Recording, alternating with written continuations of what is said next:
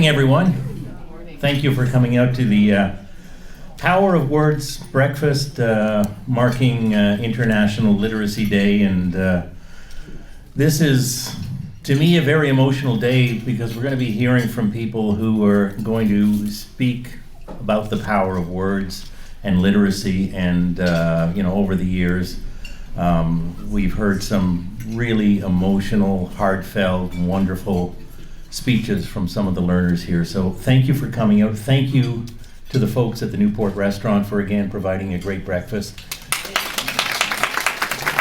When you're done with your food, if you could please bring your plates. There's a little bin at the end of the table for your plates, and the cups, I think, go over by the cups. So thank you for that. We'll begin. Please welcome Hélène Caillé. Welcome back.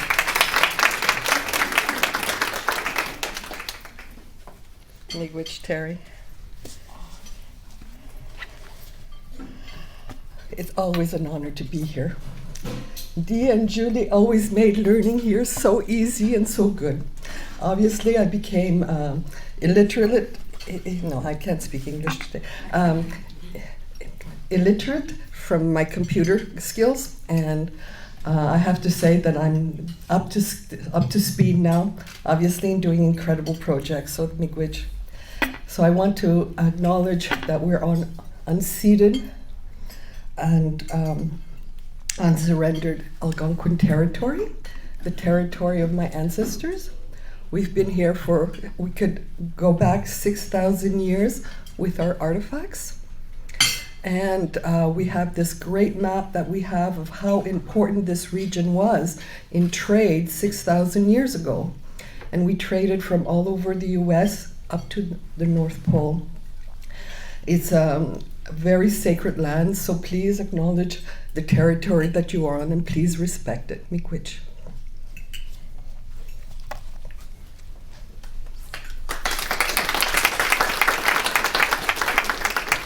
Thank you, Elaine.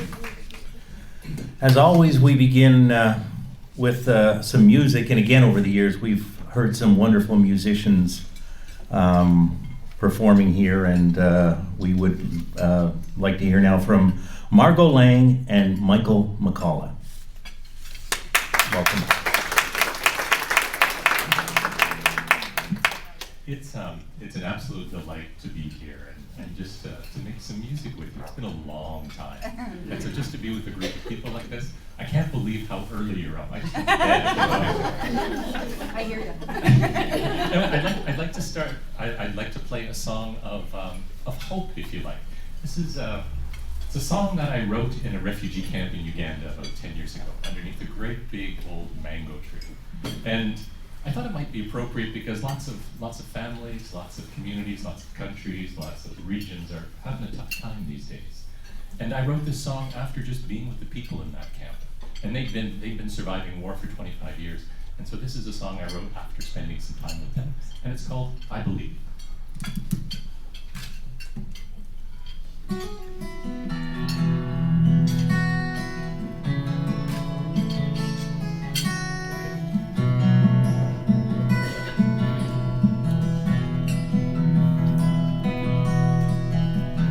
I believe in the morning mist and in a tender dream. I believe in a sparrow's call. I believe in the leaves that fall, and in the midday sun. I believe in a far-off path. I believe. I believe in light that makes me blind, and a gentle song to still my mind.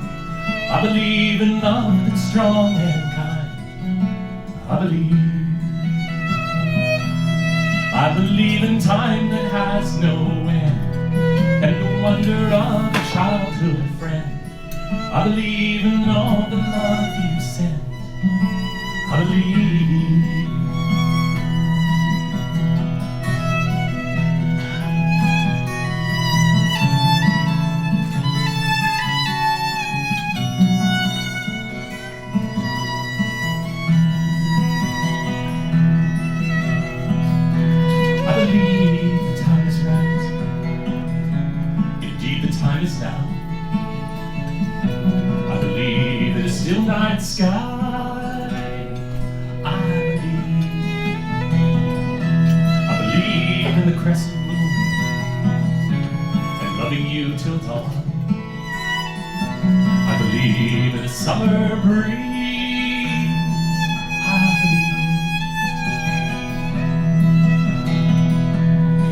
I believe in light that makes me blind, and a gentle song to still my mind. I believe in love that's strong and kind.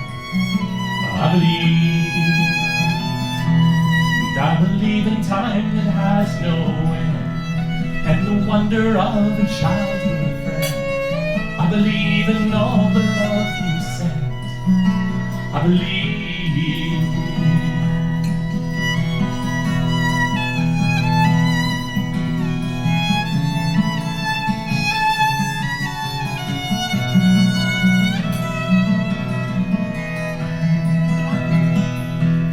I believe in light that makes me blind, and a gentle song to still my mind. I believe in love that's strong and kind. Oh, I believe. And I believe in time that has no end, and the wonder of a childhood friend. I believe in all the love you sent. Yes, I believe. And I believe in all the love you send.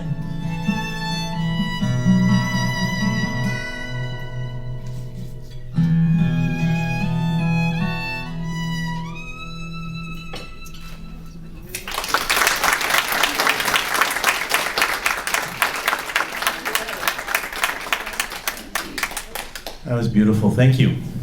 It's amazing. I was sitting there listening to that. My mom is 96 years old now, and she is not as sharp as she used to be.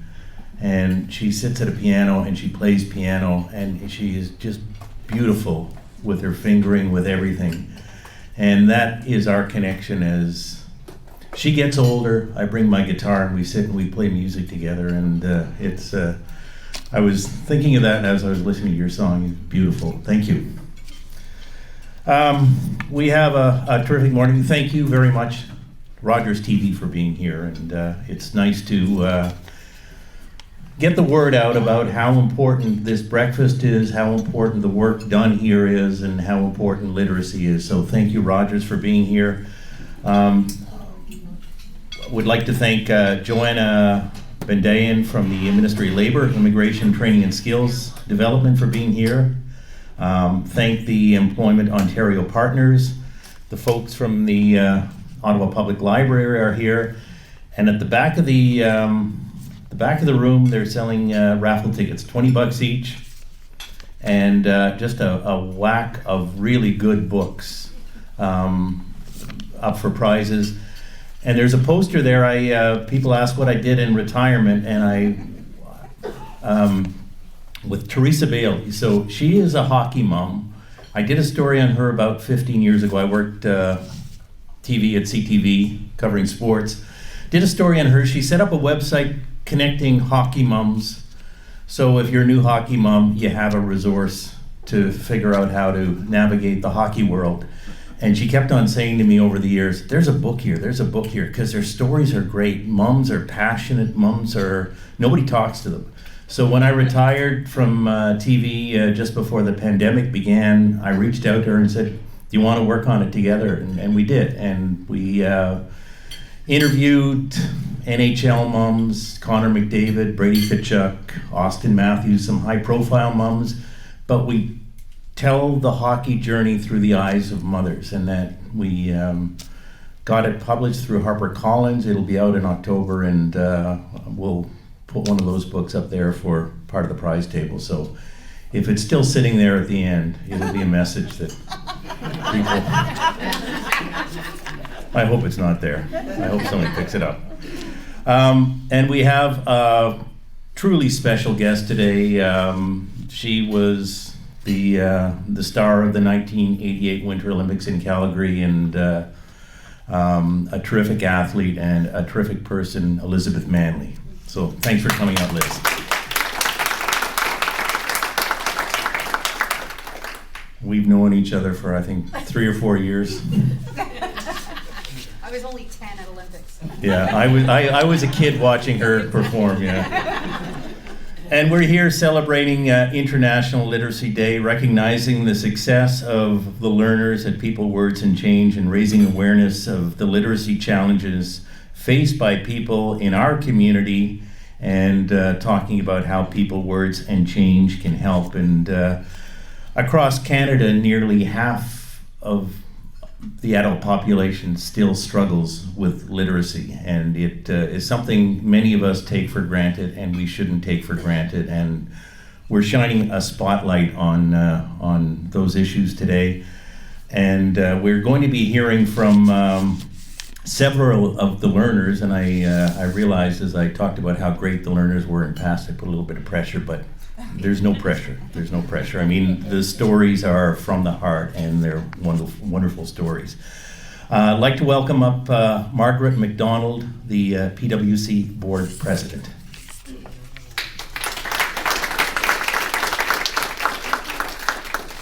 Thanks, Terry. Good morning, everyone. Happy International Literacy Day.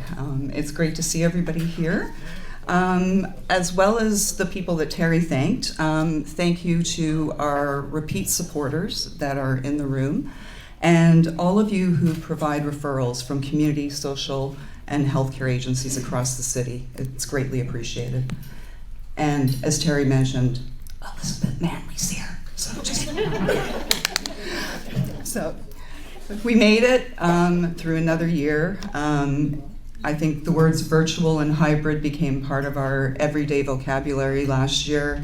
But again, I think we're heading in the right direction now. It feels sometimes like this will never end, but I see hope at the end of the tunnel.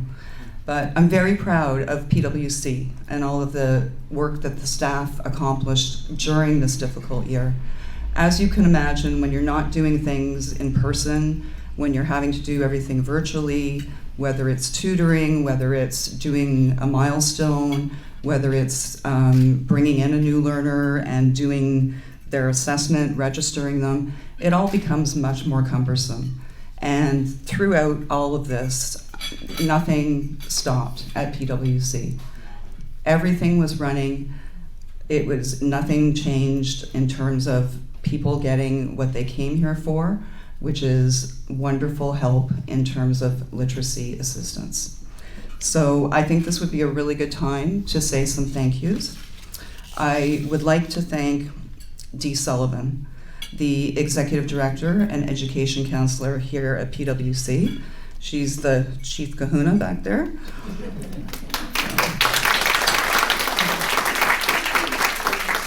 And Julie Oliveira, she's an education counselor here at PwC, and I can see her hiding in the doorway. Hi, Julie.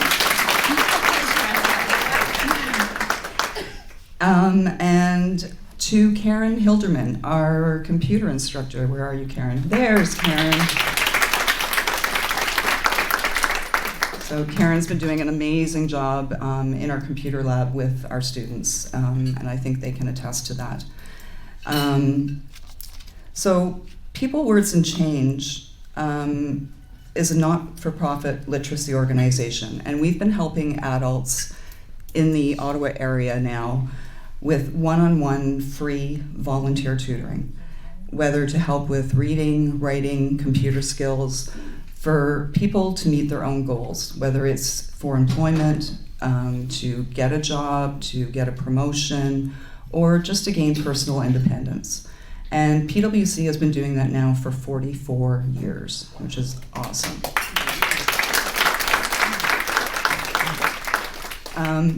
39 new members, new learners joined our program this year. And that brings our overall total learners served this year to 106. Just numbers, people like numbers. Half of the learners were between the ages of 45 and 64. 75% of our learners are women. The majority of learners, 77%, joined us because they were looking for work, were already employed, or wanted to improve their skills for a better position. 85% reported they'd been out of formal education for more than 6 years. So it is a really difficult sometimes transition to get back into that learning, thinking mode, and we understand that. learners, throughout the program, there's lots of check-ins in terms of how they feel they're progressing. And at the end of the program, when they leave, we always do a learner satisfaction survey. And 100% of our learners responded that they were happy with our program and that they would recommend it to others. So, I wanted to mention a couple of other thank yous, particularly to the volunteer tutors. Can you guys put up your hand if you're a tutor in the room? Awesome. Okay, now I'm going to pick on Ellie. How long have you been a tutor with us? Yeah. Me? You. I'm really not good at counting, but I think it's 7 or 8. I don't know. How long have I We'll go with 7, 8. Okay. And then I'm going to ask Joanne Doherty.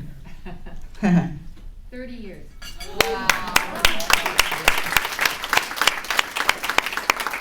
So it's kind of like Hotel California here. You never really leave. So a lot of our tutors are retired. Many are still fully employed. They're doing this on their free time of the goodness of their heart and spending an enormous amount of time with their learners to help them reach their goals. So thank you so much for doing that. You are the backbone of the organization. It would not be here without you. And as well, I'd like to thank my fellow board members. If you could raise your hand if you're a board member. Thank you for all of your direction, support throughout the year. It's been invaluable. We've gotten some new board members this year. Thank you, welcome. Very grateful for that, for all of your hard work. So now that you've learned a little bit about PwC, and you're going to hear shortly, as Terry said, from our learners firsthand, but there's a number of ways that you can support us. Number one is we are having a fantastic book draw. So we have gotten 66 books, I believe, from a whole host of publishers that are to die for. And if you want to get a ticket, you can get one here. They're also available online on our website at pwcottawa.ca. Good news, once again this year, Perfect Books at 258 Elgin Street, are donating 10% of their profits today to People, Words, and Change in honor of International Literacy Day.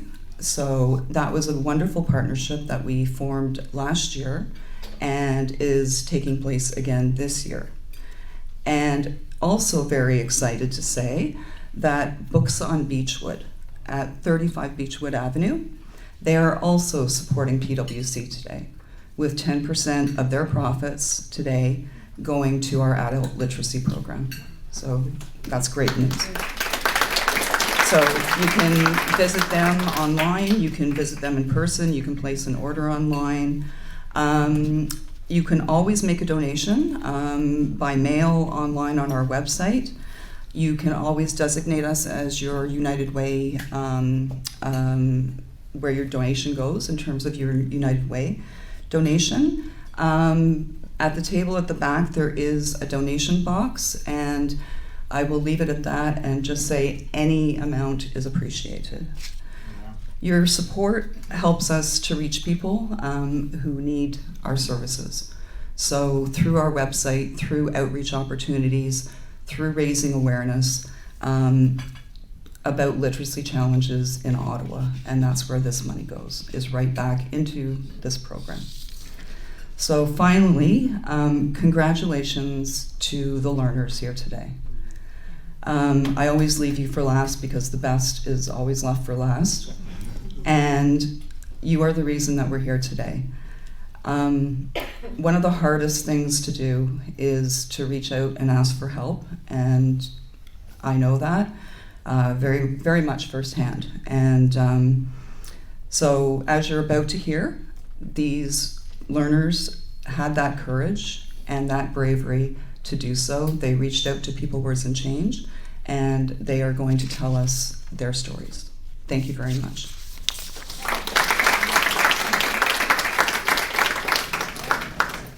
Thank you, Margaret. We both kind of recently stepped away from our full-time work, and we were saying getting up and coming to a breakfast and actually having to bathe and do all these little shower feels a lot like work. We're going to hear from the learners now, and no particular order. Please welcome Debbie.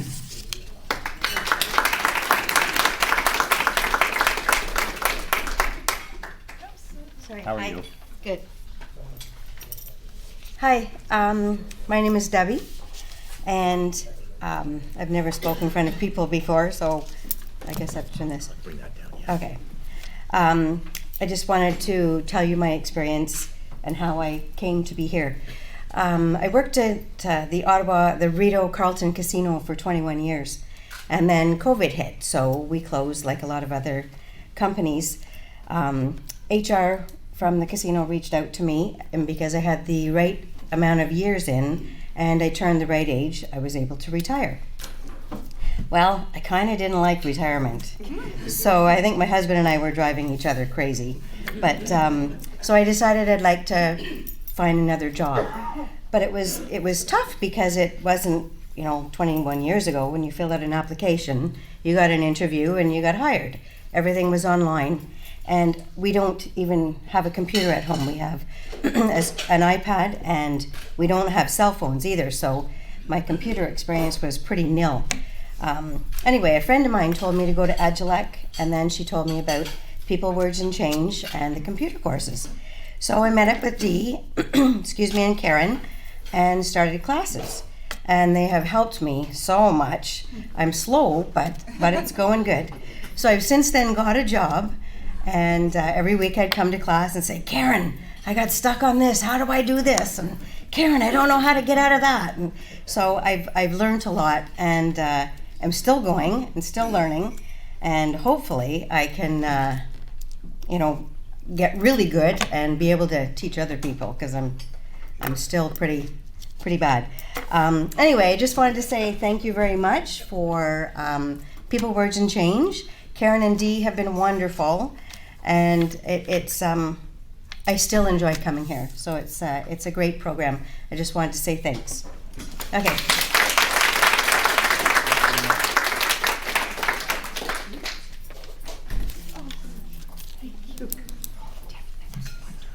Thank you, Debbie. Debbie, what's there to not like about retirement? What am I missing? I know.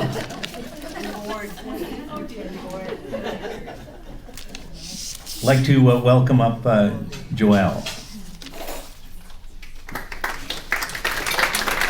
Welcome. Good morning. Good morning. Good morning. Yeah, I love that. Okay. So, thank you everyone. Good morning, I said again. I don't know if you had the chance to read what Julie put together for me. For you, actually? About me? Did you? No, not yet. Okay. So, after being introduced so eloquently by my instructor, Julie, I would like to express my deep gratitude for being here. Actually, for the invitation at this breakfast event. I'm very grateful, because I'm one of those people I haven't seen such a crowd, I would say, such a nice gathering of devoted people for a long time. I've been out of the workforce for a long time, for many reasons, but don't get me started, because Julie knows that I can talk. Just to focus on what brought us together today, my name is Joel Bombo Kongonzo. I'm originally from Central African Republic. It's one of those small French-speaking countries in Central Africa. And I came here 30 years ago or so to go to Laurentian. I was in a scholarship from the Francophonie, if I remember very well. Yes. So I went to Laurentian in Sudbury. And one thing before I go on, I will tell you about the winter. For those who know the northern Ontario, it was quite a shock coming from Africa. So you know what I'm talking about, right? Just to share with you my experience with PWC, it was actually it is still a very, what's the right word to say? Julie, can you help me? What kind of word? I'm thinking about amazing, awesome, wonderful, inspiring journey so far. That I will say. Because if I tell you a little bit about myself, is one of those people I finished school with honors, get a job, start working and doing the whole thing, and suddenly everything crashed. Lost family, jobs, health, you name it. But something deep inside me told me that, Joe, you're better than that.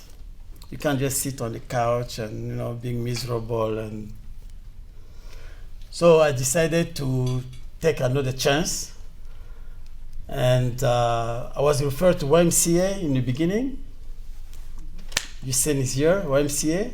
And I was working with Derek. And we realized that, Joe, you're very smart, but there's something you don't really master, computer. And being computer illiterate in this digital world is quite a challenge, to put it mildly. So we decided, before we talk to any employer or any other possibility, you should learn how to type. And Julie can attest that in the beginning it was something really. I don't know if actually just before I go on, I don't know if anybody can remember the first time they were learning how to type. For sure. You remember? Absolutely. How was it? For me, the challenge was to be able to type without looking at the keyboard. And what else? Speed, accuracy. So we're fortunate today that you have this. Actually, Julie taught us about the software. I think it's typing.com. So now, thanks to this program, I'm able to type. Like accuracy is the main thing right now, but speed is another problem.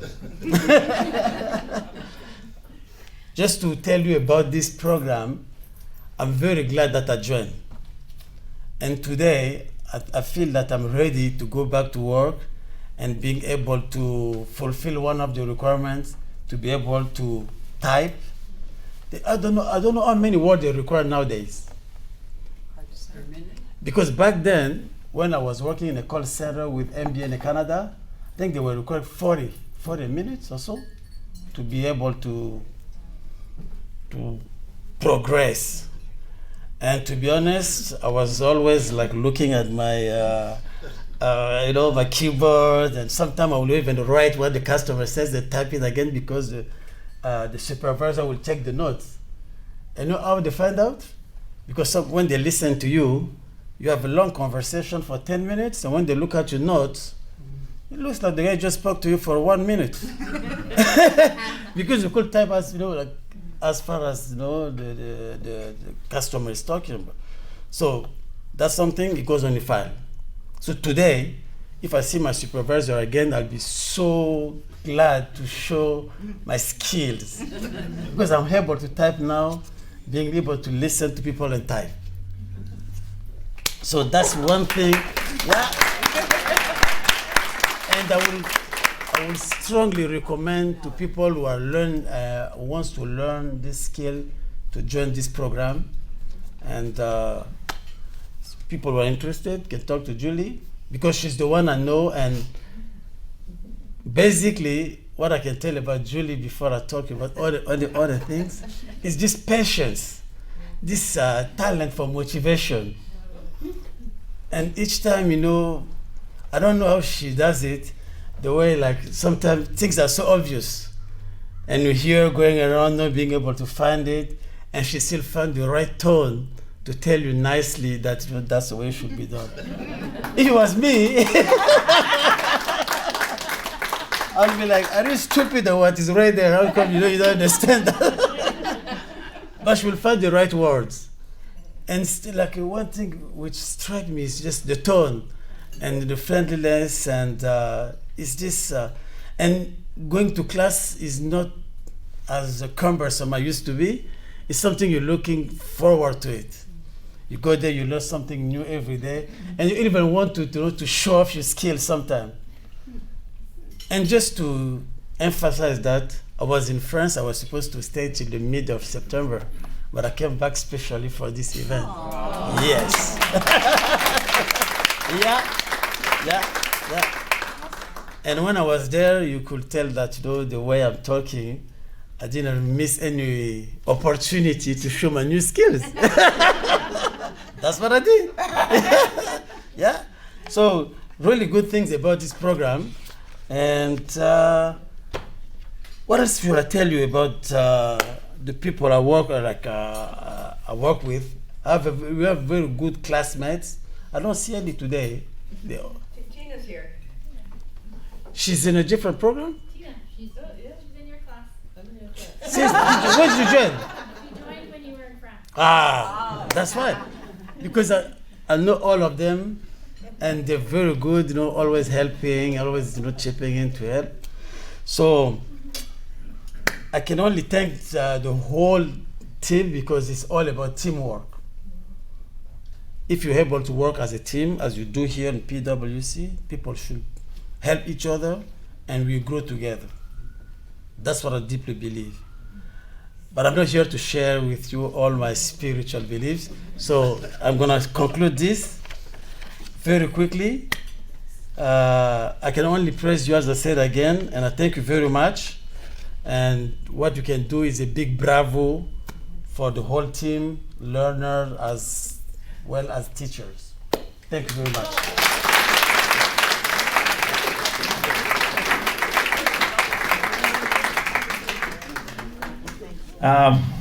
We would like to keep it going with our speakers, and please welcome up Zaina.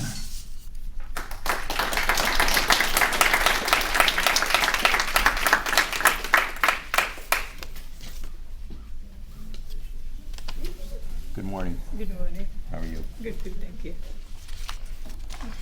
Good morning, everyone. Good morning. I would like to thank you for giving me this opportunity to introduce myself. My name is Sina. I am a learner with BWC program. I come from Somalia.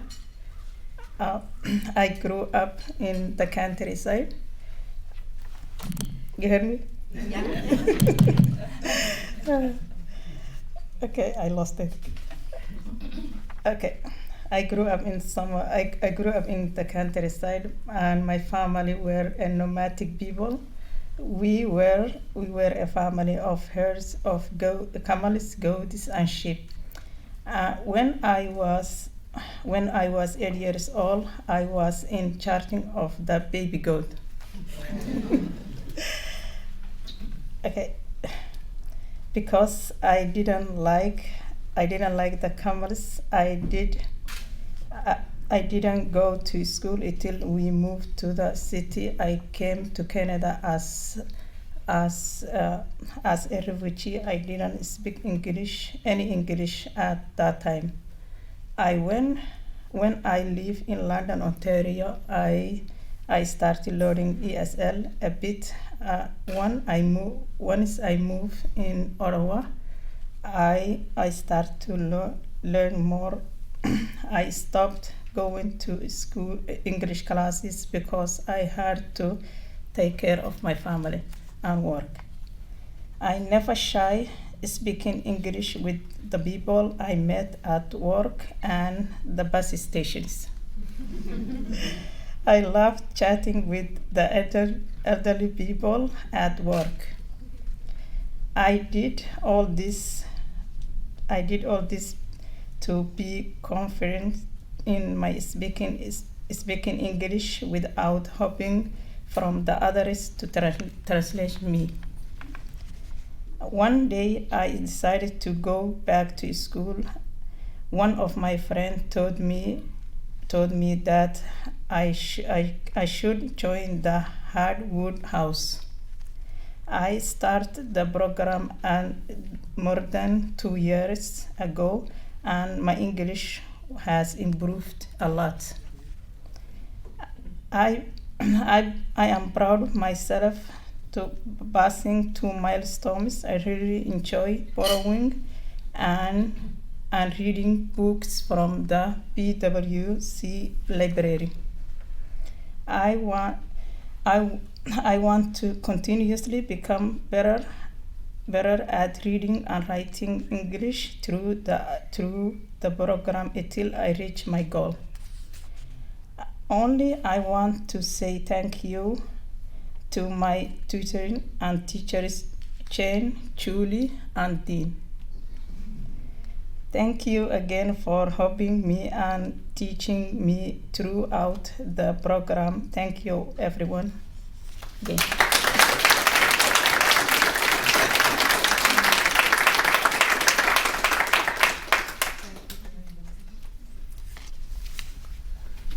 Thank you, Zena. That was beautiful. Please welcome up Mike.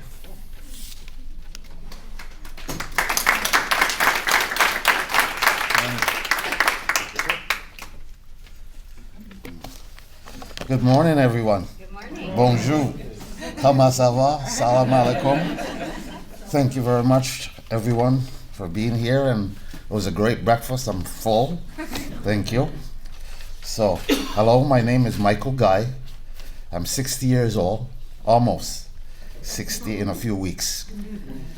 I was born in Jamaica, and I came back to Canada in 1975.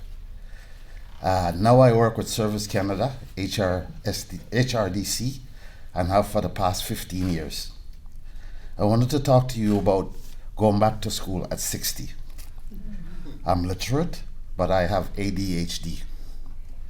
I have had it all my life, and I struggle with it. I struggle with the consistency. I struggle with remembering. I struggle with organization. I struggle with focus. You need all of this to read and write properly. Back in the 90s, my wife found another literacy organization, and I joined it. They were located in Sandy Hill. For some reason, I didn't continue with it, but my wife found PWC a few years ago online. I looked into it and I decided to go back. I can read and write. I wanted to improve myself and to do even better. I wanted to build my confidence, and since I joined PWC, I've been assigned a great tutor, Wayne Tutor.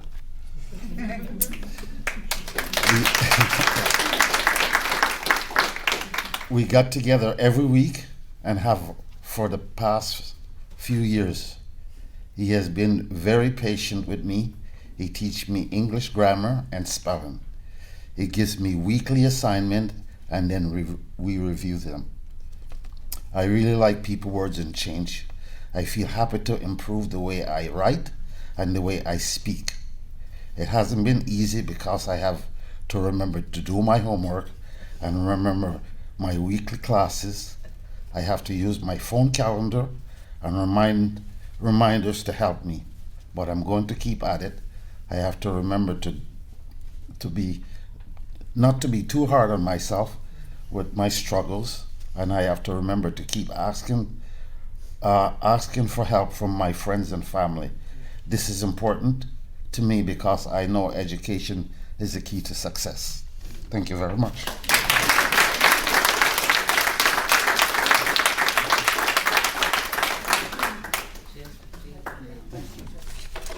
I'd like to now introduce the keynote speaker and someone who really doesn't need any introduction. She's been part of our lives forever. We learned about Elizabeth Manley in the Calgary Olympics in 1988. Liz was born, I think, Trenton Belleville area, and came to Ottawa and grew up here and skated here, and 88 Olympics. And I'll give my version of what happened. You got robbed of the gold. She got robbed of the gold. Liz won the silver medal, and she was the absolute darling of those Olympics. She skated brilliantly, and Katarina Witt took the gold, but everybody remembers Liz for the pride she brought to Canada, the spirit, capturing the Canadian spirit, and she a very inspirational athlete and a wonderful person, and she has done many things in her life, and including, of course, the sports part of it, but many other things, and she has inspired so many people away from sports. Please welcome Elizabeth Manley.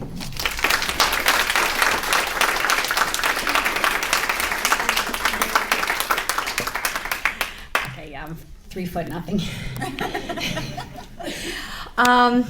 First of all, thank you. Terry covered my career for many of the years, and you know, we were talking about his book earlier. You'd have a sellout if you'd have figure skating moms. It'd be like a Jerry Springer show. I'm actually going to pull this out so I can actually. Is this okay? Absolutely. Okay. I'm very short, as you can tell. I take my heels off. Hello. First of all, I'm extremely honored to be here. It is the first time I've gotten up before 7 since the pandemic, so that was a little tough. My dog literally looked at me this morning and went, "What the hell?" But it's truly a delight. I have become very close friends with Margaret over the last couple of years because I've been working with the police department, and many of you might not know this now, but I am a life coach, and I work with individuals. I've been an advocate for mental health for many, many years. But I'm kind of going to go off script a little bit because I'm so inspired with the learners today. And I did so much thinking about the similarities between you and Olympians. And I want to share that with you because there is, and especially in my career. You know, I grew up in the sport. I didn't want to be an Olympic figure skater. I just wanted to be better than my brothers. So really quickly, I'll tell you how I became a figure skater. So my brothers used to duct tape me on the hockey net on street hockey and shoot pucks at me when I was 3 years old. And I would be dragged to the rink in Trenton, Ontario, literally from 7 in the morning until 9 o'clock at night on Saturdays, because all three brothers played hockey, older brothers, and my father was not only in the military, but he was a hockey coach. So I was the kid sister that would be dragged to the rink, and in those days you could just let a kid run around the rink. There was no issues, no. But what they didn't know was I had this incredible pink snowsuit. Every Saturday I wore this pink snowsuit, had multiple pockets in it. And I learned this great trick, and the trick was that I realized every couple hours there was a new set of parents coming in the rink with kids. So I'd go up to them, and I wasn't much shorter than I am now, and I would pull on their coat, and I would teach myself how to cry. And I would look at the parent, and I'd go, "I'm really, really sorry to bug you. I'm really, really cold. I can't find my parents. Do you have 50 cents for a hot chocolate?" So this one particular 9 p.m. night on Saturday in the Trenton parking lot of the arena, my father goes to lift me up. And in those days, you could take a child by the ankles and shake them upside down and you wouldn't get charged. But my father lifted me up and said, "Boy, you seem quite a bit heavier than you're used to being." So he dumped me upside down and $28 in quarters came out of my snowsuit. So this struck up the conversation at the kitchen table. What are we going to do with Liz? She's a pain in the butt and she's robbing the entire city. So I'm sitting there all cute and everything, and they're like, my mom says, "Well, there's these things called figure skating lessons next door. On the second rink, we can put her on there. Not for one session, we'll put her into 4 can skate sessions. That'll keep her busy for 4 hours. We don't have to worry about her." So in other words, an elite babysitting service. Little did they know. So my goal in life was to be a better skater and to be better than my brothers. It was payback time. So when I got on that ice, I was determined that I was going to be. There was no female hockey in those days. Multiple phone calls from Ringette, though. I'll tell you that, my poor mother. But I took off, and that was the start of it. And within 5 months, the coach came to my mother, handed her a shoebox. My mother said, "What is this?" And she says, "It's all the badges. She's too good. Put her into figure skating." So my mom was upset because babysitting ended. They had to deal with me again. But I went into figure skating. I fell in love with it, but I had that inside goal. Okay, so where I want to kind of connect you guys to my life was I became an elite skater very early. I'm not here to brag or anything, but I had talent. And when I moved to Ottawa, I had a coach take over my career, but there were rules, and the rules were he was going to take over my life.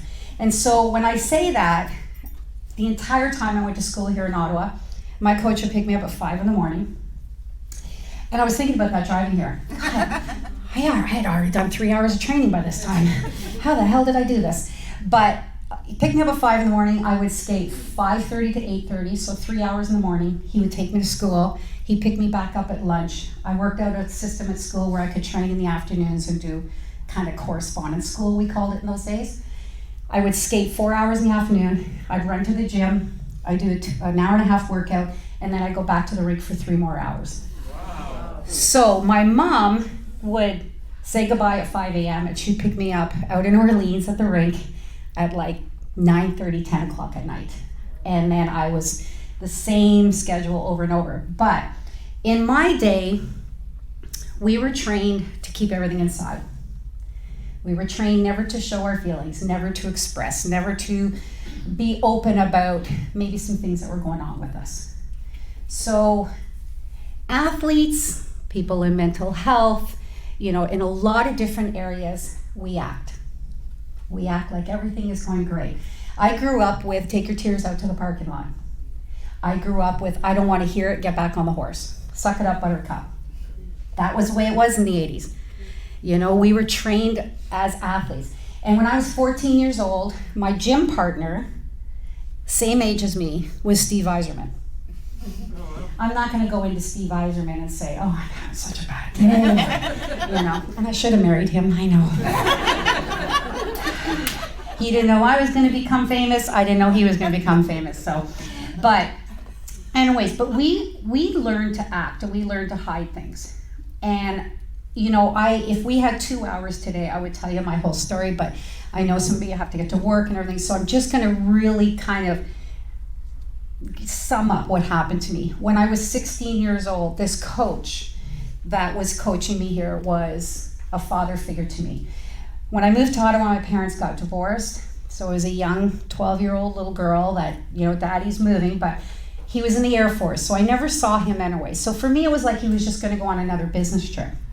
But what I didn't know was he's taking a posting to Europe. Now, in those days, there was no computers, there was no cell phones, there was no FaceTime, there was no Zoom, none of that existed.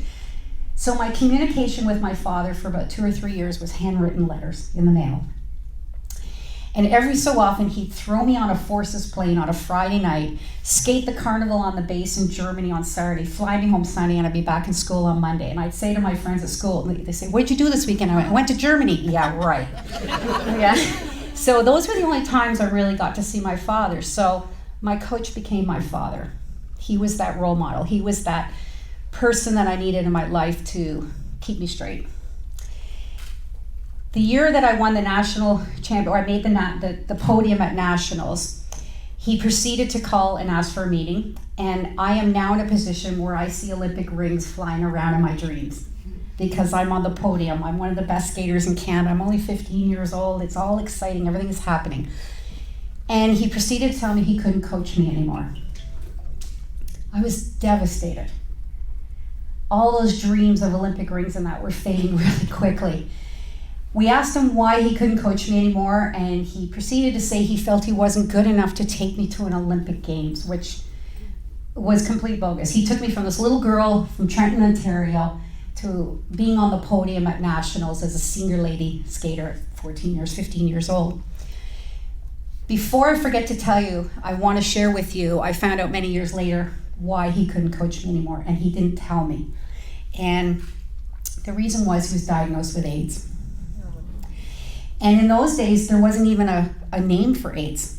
It was a new disease, it was coming out, and he was given a very short period of time to live.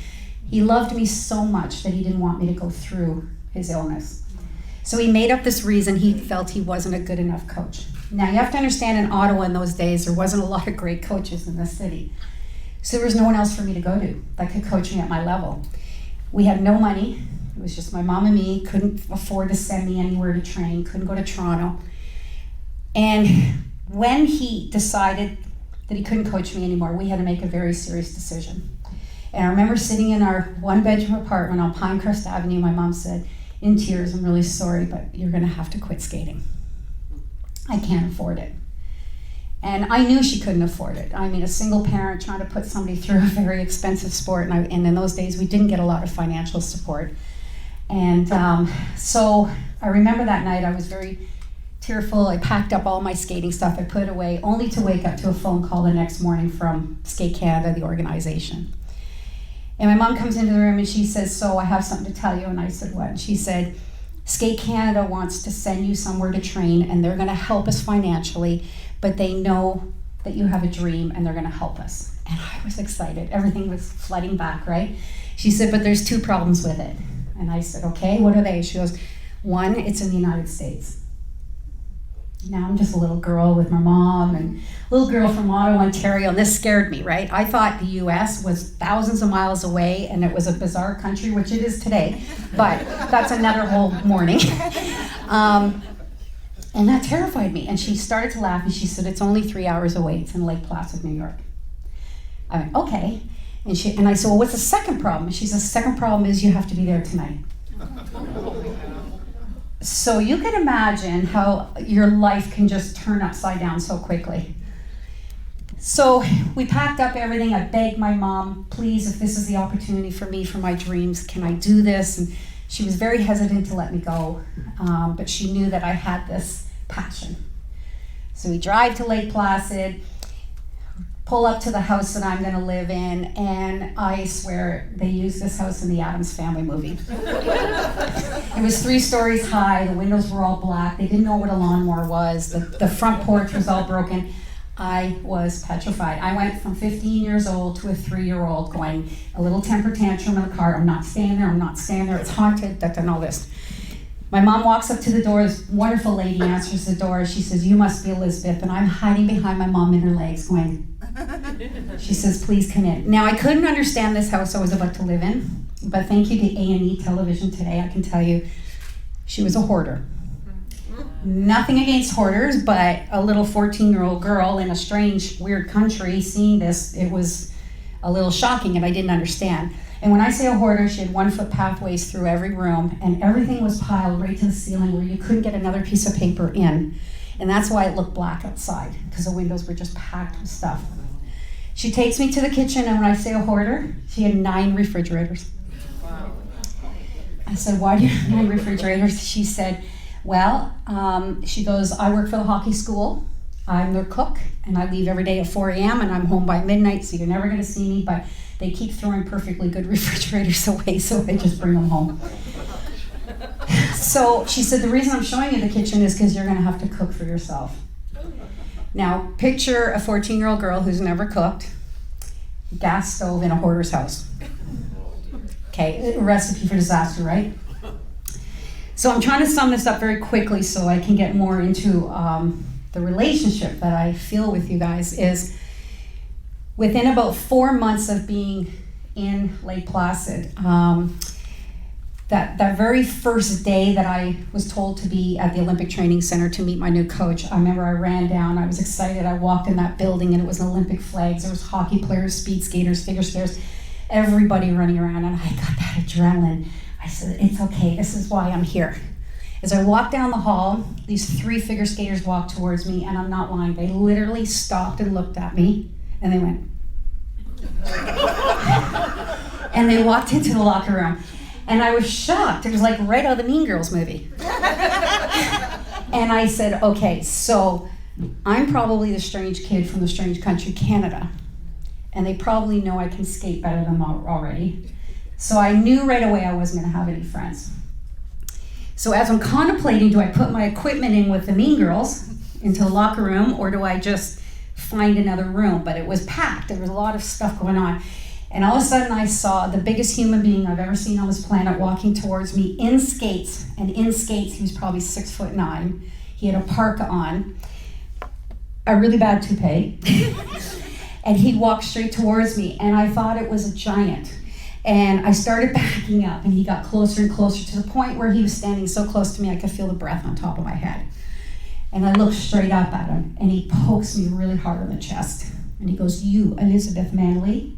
And I go, and he goes, "Me, Emmerich Danza from Denmark, me coach you." I went, "Oh great, he doesn't speak English." He then proceeded to walk around and he started poking my bum cheeks. And I froze. He came back in front of me and he huffed. And then he walked back around me again and he grabbed my butt cheeks really hard. I went, "What is this guy doing?" And he came back around and he poked me really hard and he said, "You're fat, go get changed." I ran into that dressing room with the mean girls so quick, and I locked myself in the bathroom stall. I bawled my eyes out and I thought, this is what my life's gonna be like. This man trained me. And when I say trained me, I was 8 hours a day in that building, whether it was, compulsory figures, whether it was free skate, whether it was off ice. But he wouldn't let me go home every night until I did 100 laps on the speed skating oval, outdoors. And when I do those 100 laps, he'd look at me and he'd go, "You still fat, I see you tomorrow." I'd run up to my house, I had no friends, I had a coach that barely spoke English, kept calling me fat every day. I couldn't call home because in those days it was like $500 a minute. And I had no one in the house. And the only source of entertainment I had is every night I went up and I was in the attic because it was the only floor she didn't hoard on that I could get my stuff in. Every night I came home, there was a new cat on my bed. I got to like 16, 17 cats at one point. I don't know where they were living, but they were in the house and there was a new one. So, to jump ahead, about 4 months into this training system, and I'm keeping everything inside. I'm not telling people anything about myself. I'm not opening up to anybody. I was really alone. And I called my mom one day and she completely fell off her chair down at Treasury Board Canada. And the government judge, "Why are you calling me?" And I said, "I have a couple things I need to talk to you about." And she said, "Okay, what?" And I said, "Mom, you know how my coach keeps calling me fat?" She said, "Oh, honey, please don't worry. He doesn't even speak English. Just don't let it bother you." I said, "No, Mom, I've gained 25 pounds in 2 weeks." She went, "That's impossible." And I said, "You think?" And she goes, "Well, could it be muscle?" And I went, "Mom, I'm 4'10", 4'11". There's only so much muscle this little body can have. And I said, "But it's different. I'm swollen. My skates are cramping. I can't put rings on. I'm swollen in my neck. I don't know what's going on." And she said, "Okay, well, I'll come down this weekend and we'll, see what we can do." And I said, "Before you hang up, there's one more thing." And she said, "What?" And I said, "I think I'm losing my hair." God bless my mom. She said, "It's got to be the cats." I said, "No, Mom, honestly, when I wake up in the morning, I pull the covers down, my bed is full of hair. Now when I'm in the shower and I wash my hair, I have handfuls." All I heard was a click. I thought in those days you got disconnected all the time, or you got a party line. I mean, there's some people in here of age that you remember those days. So I thought, okay, she'll call me back later when she's home. 3 hours to that click, my doorbell rings in the house. I go running downstairs, I open the door, and all I saw was my mom collapse to her knees. And I saw tears, and I looked at her and I went, "What?" She said, "What happened to the little girl I left here?" I wasn't fazed by anything. I knew there was something wrong, but I was hiding everything. Not knowing what to do, she brings me to the hairdresser. And I'm sitting there and I'm literally not talking at all, and I'm looking in the mirror, and all of a sudden I see the hairdresser call my mom to the back of the salon. My mom's they're looking at the back of my head, and I can see tears running down my mom's face. And I'm like, "What?" She says, "It's nothing." I said, "What?" They found 3 bald spots the size of grapefruits, as smooth as a baby's butt, in the back of my head. Nobody said anything to me. No one told me. I was at the rink 8 hours a day. Why didn't somebody mention that I had bald spots? We didn't know, right? I've never seen my mom move this fast. In 20 minutes, my life was packed up in the car. We were driving back to Canada. My mom hadn't said a word all the way home. She was in complete shock. She told my coach, I should never have left her here. We're leaving, packed me up. We just took off. As we came over the border in Cornwall, which in those days was really stinky, my mom all of a sudden pulls over, and I looked at her and she said, I'm so sorry, honey, I haven't said 2 words to you. I just can't believe what's going on. And she said, are you okay? And that was the moment I used that famous word, I'm fine. Fine means leave me alone. Fine means I don't want to talk about it. Fine means I'm hiding a lot of things. I'm not telling people things. Fine means just let's end this conversation. For an entire month, I went from doctor to doctor to doctor here in Ottawa. I was tested for everything. I was tested for allergies, leukemia. I mean, I was just going through a series of tests. And it was going to take 4 weeks to get into a specialist. And the day I got into that specialist, by the time I got into the specialist, I gained another 25 pounds in water retention, and I lost the rest of my hair. I was diagnosed that day, depression, anxiety, a little ADHD, and a nervous breakdown. My family's reaction was, it's impossible, there's no mental illness in our family. It doesn't have to be. I was given 2 options, drug therapy, talk therapy. Drug therapy scared me. I was an elite athlete, I was drug tested all the time. They didn't know in the 80s what to make illegal. When I skated, Diet Coke was illegal. Hall's cough drops were illegal. Everything was illegal. One of the famous skaters on my team was married, and they made birth control illegal. And she went to the House of Commons and said, I would much prefer my drug test positive than my pregnancy test at this point in my career. So that got changed. But anything to do with drugs scared me. I am a huge supporter today of what medication can do, because I'm finally in a position. It took me probably 20 years after I finished my competing years to understand that I could take a Tylenol for a headache. You know, I suffered for years after being an athlete because I just became immune to pain and getting through things. So the drug therapy scared me, talk therapy, way too expensive. Wasn't a lot of it in the 80s. The stigma of mental health was at its highest. I'm even guilty of it. In the 80s, when you spoke about mental health, you thought of straitjackets in hospitals. You didn't understand the wide range of mental health that existed. That night, I went home. We knew I was gonna have to heal myself. And I sat on the side of my bed with my bedroom door closed. I looked in the mirror and I wanted to kill myself. I was 16 years old. I had no hair. My skating career, which is everything, all I knew, was over. I had let down my family. I had let down my coaches. I had let down myself. But the biggest hurdle for me to get over was I let down an entire country. At 16 years old, I felt like I let a whole country down. And I sat there and I said, the world would be better without me. I've hurt too many people, I've disappointed too many people. How am I going to continue on this planet knowing that? And how am I going to become what we call a normal kid? Normal kid goes to school, has friends, goes to parties, things like that. I was not a normal kid. That was when we got a phone call from a psychologist here in Ottawa, Dr. Terry Orlick, who unfortunately we've just recently lost. And he reached out to my mom and said, I believe in Elizabeth and I want to help her. And my mom graciously said, we thank you so much, but we just have no money. We can't afford to send her for help. He said, no, I want to help her pro bono. I believe in your daughter. 5 sessions turned into 50 sessions, turned into hundreds of sessions, turned into 4 years, turned into me getting that uniform to go to the Calgary Olympics. And ironically, the whole situation is I had not been living as me. I didn't let people know who I was. I was trained to just be this image, what I should look like, how I should act, how I should talk, how I should be.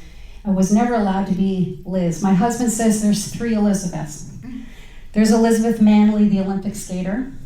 There's Elizabeth, who does mental health work and charity work and advocacy and everything and all this stuff that I do. And then there's Lizzie. Lizzie's the one that's at home.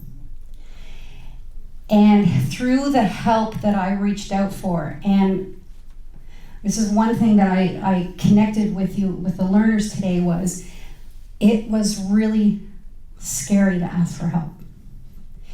When my mom walked into my bedroom that next morning, because I chickened out on taking my own life. You know, I was too young, didn't know. When she asked me, told me about this call and he wanted to help me, I said no. I was scared. I was scared to admit that I was lacking something in my life. I was scared to reach out for help. I was scared to think that I wasn't gonna have a future without the tools of learning how to be me. And 80% of my therapy and talk therapy and treatments that I went through, we realized that everything I'd been through, 80% of it had nothing to do with figure skating. It had everything to do with me carrying the world on my shoulders. My mom and dad, my dad leaving. I blame myself for my dad leaving because my mom was always at the rink. My brother's, off playing hockey. The family all split up. My mom in debt, maybe falling in a competition and disappointing Ottawa. Everything was just piling on, but I was never allowed to express it. I was never allowed to go to someone like Terry and go, oh, those judges suck, I had to go to someone like Terry and go, oh yeah, but I did the best I could, and right? Meanwhile, I'm at home ripping up every skating dress that exists in my closet because I'm so angry and so frustrated because this wasn't me. When I received that uniform, I had made some real changes in my life, getting the help. And I was inspired. As I see the learners today being inspired by your tutors and being inspired by PWMC, it's making that first step to get the help and knowing that it's going to work. Because there's always that question, it's never going to work. It's like you were saying, you went to the first place and you never went back, right? There's that fear and there's that lack of confidence and there's that disbelief that you're never going to be able to be like everyone else. And it's astounding to hear that more than half this population in our country are illiterate or can't do computers or anything. And by the way, I'm right there with you on computers. Maybe I should be coming. But it's inspiring and it's resiliency. You're all resilient. You are resilient in this life, and it's all from just picking up that phone and saying, help. And I did that. And by doing that, I went to the Olympics. And I remember just before the Olympics, I finally opened up a little bit because I was feeling confident. I was feeling like I was ready to go after the world, and they were coming on my home turf in Calgary, and I was going to show them and everything. And I decided to do some interviews. I'd worked really hard on myself for 4 years, and a photographer comes to my house, takes pictures of me, and we had just bought a teacup puppy poodle. It was the size of a hamster, I'm not lying. And the reporter came into my house and said, oh, we're gonna take a picture of you on the couch with the puppy on your shoulder. We're gonna do a feel-good, send you off to the Olympics. You're our Ottawa girl. Click, click, click, takes all these pictures of me with the puppy, does the interview. The next day, 5 a.m., I'm running across the street to Becker's and I'm smacking that 50 cents down the counter and I'm grabbing that newspaper because I've avoided a lot of media, except for people like Terry. And there I was on the front page of the paper. Full big picture colored, me with Pixie, my poodle, on my shoulder. And I'm all excited and I'm looking at the picture. I open up the paper, it's the whole front page of the newspaper, and then I froze. I hadn't read the headline. And the headline said, Manley, dogged by inconsistency, will never win a medal. What? In 5 minutes of reading this article, I went back 4 years. I grabbed everything, I threw it in the garage, I unplugged the phone, I stayed in my pajamas, I watched Victor Newman on Young and the Restless reruns all day, I ate 5 pints of ice cream. My whole life just like was ripped from underneath me. I didn't show up at the rink for 2 days. This is a week before Calgary. My coach finally shows up and he said, "What is going on?" And I said, "I'm not going to Calgary." He said, "What do you mean you're not going to Calgary?" I said, and I stood up like a little kid in a temper tantrum, and I said, "How am I supposed to go to Calgary, skate in front of 2.5 billion viewers live, do what I know I can do, but 2.5 billion people think that I'm mentally unstable, that I don't have strength, that I'm no good, and because I suffer from mental health, it means I'm not strong enough to even be considered as a contender." And they even quoted in the article that I was a waste of money. My coach said, "It's just a reporter." I said, "No, it's the way the whole universe thinks." And you believe that. You believe if you walk up to somebody and say, "I can't read," you think the entire universe is looking at you in a different way. This is what we believe. Because we're hiding things. We're hiding how we function in our everyday lives. And I was hiding how I was feeling and everything. And it just unraveled in front of me in 5 minutes over a newspaper article. He said, "I'm going to give you 24 hours to think about this and come to the rink." And in that 24 hours, I got angry. And we're all adults in here, and I'm going to say it. I was pissed off. And I showed up at the rink the very next day. My coach is like, "Oh my God." And he says, "You're here." And I said, "No one is going to tell me I can't do something. I will do it my way. I may not win a medal. I may not become Canada's sweetheart." My husband calls me sweet tart. But I'm not going to let anyone tell me I can't do something. And I have had somebody who has given up his life for 4 years to help me, like a tutor, to help me achieve and to be successful in life. And by the time I got out to Calgary, I'm not going to lie to you, because I was so emotionally knocked down, I was very sick. I had a blown eardrum, I had walking pneumonia, you name it. I was not feeling well. And when I arrived in Calgary, they took me to the hospital, and of course there's a doctor who's writing out all these prescriptions. I'm laughing, I'm like, "You really think I could take prescriptions? I'm 2 days from competing." After the second event, we have a day off before the final event of the Calgary Olympics. And I was rushed into a room after drug testing, and there was all these men in suits sitting around a table, and it's 1:00 in the morning. Have you ever tried to pee after you perform? Takes hours. Anyways, and I'm standing there, and I didn't know who these people were. They were from the Olympic Committee, and they said, "We think we're going to have to pull you out of the games." And again, my fever had spiked, and I said, "Why?" And they said, "We think you're far too sick to get through the free program at the Olympic Games, and we don't think it's safe for you to be out there." And the American girl that I was competing against pulled out that morning, not the one that came third, but the second ranked girl. She had pulled out with a really bad flu as well. I begged them to let me have my day off and see how I was going to feel. They said, "Okay, but you have to make a decision by 2:00 the next day, because the media has to make their deadline if you withdraw." So I go out to my practice the next day. My coach says, "We're just going to stroke. We're going to try to sweat out your free fever, and then you and I are going to meet after the practice, and then we go upstairs and we tell the committee what we've decided." So as I'm on the practice, every girl's dream happened. The entire Olympic hockey team walked into my practice.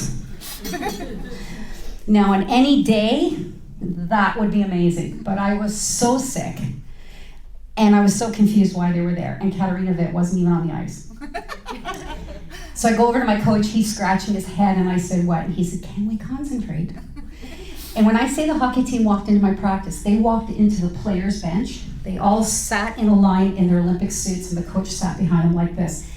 Now, one of them was talking to each other, and it looked like they were in serious trouble. And the coach had this stern look on his face. So I'm skating around and they're watching me like, you know, I'm Monica Seles on a tennis court. And my coach says, okay, you and I are gonna meet now. I want your honest opinion if you think you can get through a 4.5-minute program tomorrow in front of 2.5 billion television viewers. So as I'm getting off the ice, I see the hockey team get up, they walk out the back, they're going out the back doors, I'm putting on my guards, I see them getting onto a bus, and I'm going, why was the hockey team at my practice? That makes no sense to me. So as I came around the corner, the only person in the corridor walking straight towards me was the hockey coach, who I didn't know from Adam. So I'm thinking, I should say something. So I walk up to him, I put my hand out and I said, hello, I'm Elizabeth Manley, and he laughed. He goes, I know who you are. And I said, thank you for coming to support me on my Olympic practice and supporting me. But I gotta ask you, why are you here? Hockey players don't go to figure skating practices. You'll see a million figure skaters at hockey practices. And he kind of looked at me and he with a smile, and he said, I've only got a second, the team's waiting for me on the bus. He said, but we play Russia tonight. And we were practicing in the corral next door. And we weren't practicing well. So I thought the best thing I could do today for my team is pull them off the ice and come make them watch a champion. Wow. I did this. I thought Katarina or Debbie Thomas or someone was standing right behind me, and I said, excuse me? He said, thank you for inspiring my team, and knock them dead tomorrow. And he kind of gave me a nudge on the shoulder and he walked away. I stood there in such shock that I was bent over. And all of a sudden this garbage pail comes underneath me, and I look up and it's my coach. He had come around the corner, saw me bent over, thought I was throwing up. And he said when I stood up, I gave him this look that he had never seen in me in all these years. And I looked him straight in the eye and I said, call the meeting off. I'm competing tomorrow. And he looked around and said, what just happened? And I said, you know what, I don't want to share it right now. I want to embrace something that just happened to me. But nothing is going to make me not get out there tomorrow. And 24 hours later, this is what happened.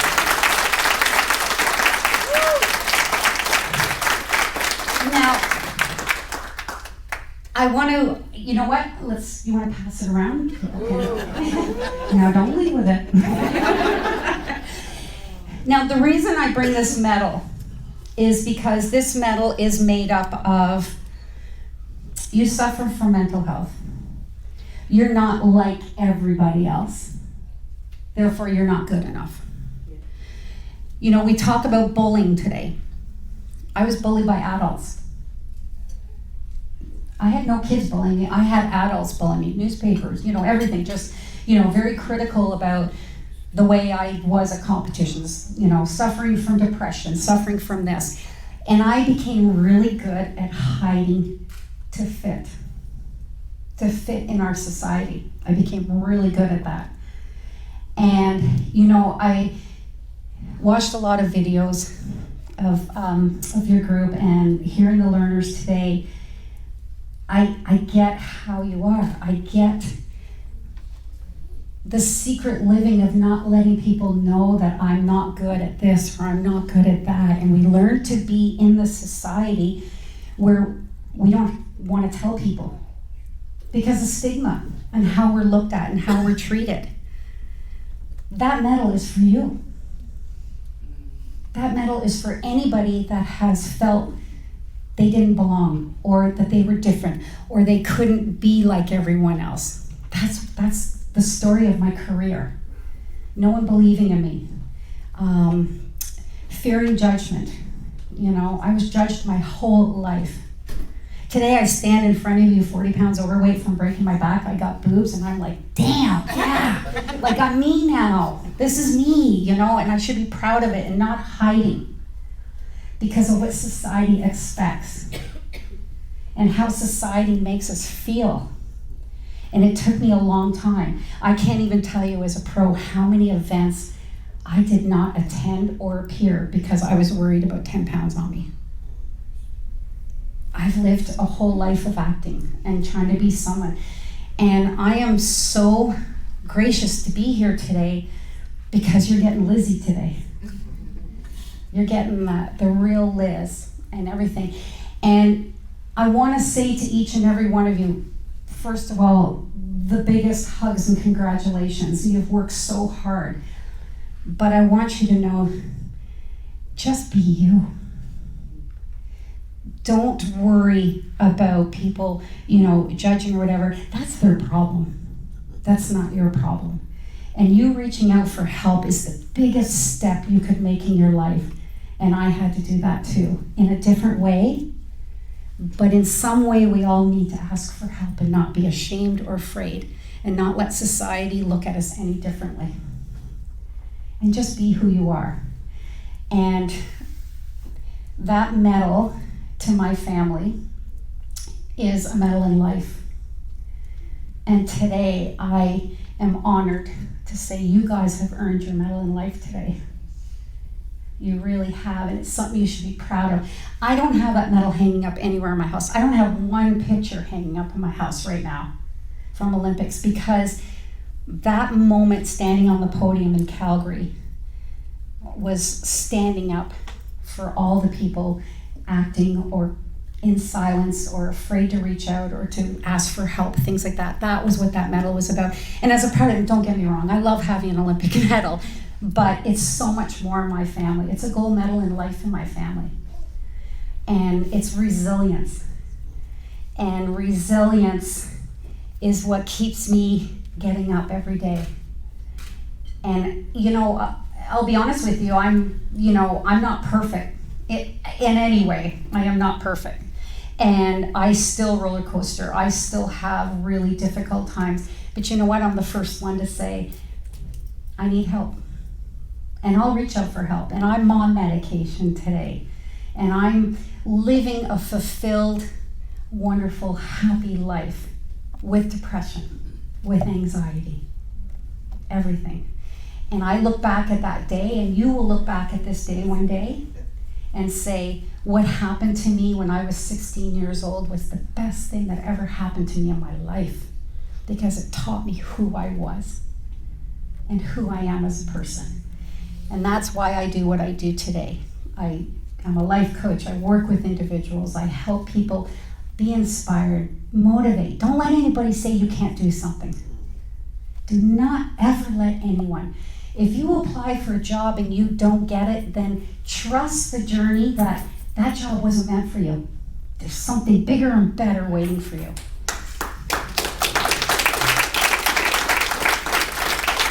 And Margaret can attest for this, but at 50 years old, I changed my career.